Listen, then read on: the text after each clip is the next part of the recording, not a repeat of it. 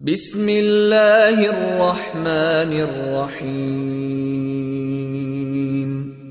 قل هو الله أحد الله الصمد لم يلد ولم يولد ولم يكن له كفوا أحد.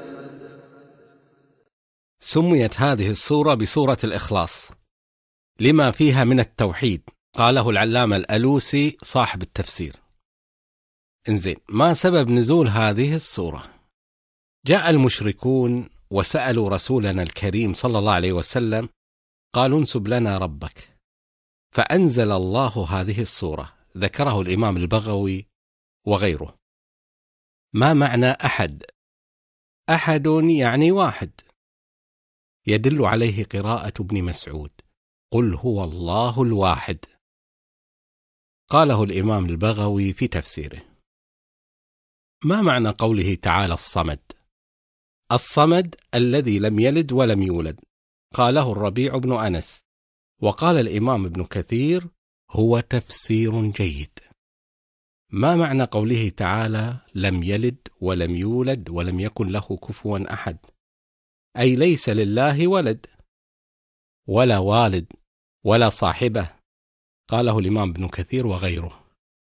من فضائل سورة الإخلاص قال رسول الله صلى الله عليه وسلم: أيعجز أحدكم أن يقرأ في ليلة ثلث القرآن؟ قالوا: وكيف يقرأ ثلث القرآن؟ قال: قل هو الله أحد تعدل ثلث القرآن، رواه مسلم. وقال عليه الصلاة والسلام: من قرأ قل هو الله أحد حتى يختمها 10 مرات بنى الله له قصرا في الجنة.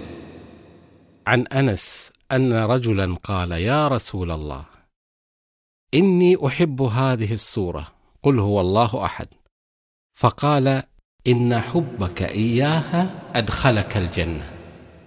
إخواني، لن يتمتع بحب هذه السورة من حلف بغير الله، من نذر أو ذبح لغير الله، من طاف بغير الكعبة، من أشرك مع الله غيره في العبادة.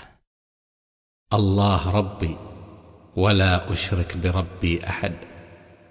أقرأ تبارك سورة قل هو الله أحد، باسط لنا رحمته يعلي ويدني بحد. إن صابني ضيم دنيا لو نقص مالي، يا رازق الدود في صم الصخر مالي سوى رحمتك يا خالقي، مالي هبيل من عاف بابك والتجاله بحد. بسم الله الرحمن الرحيم.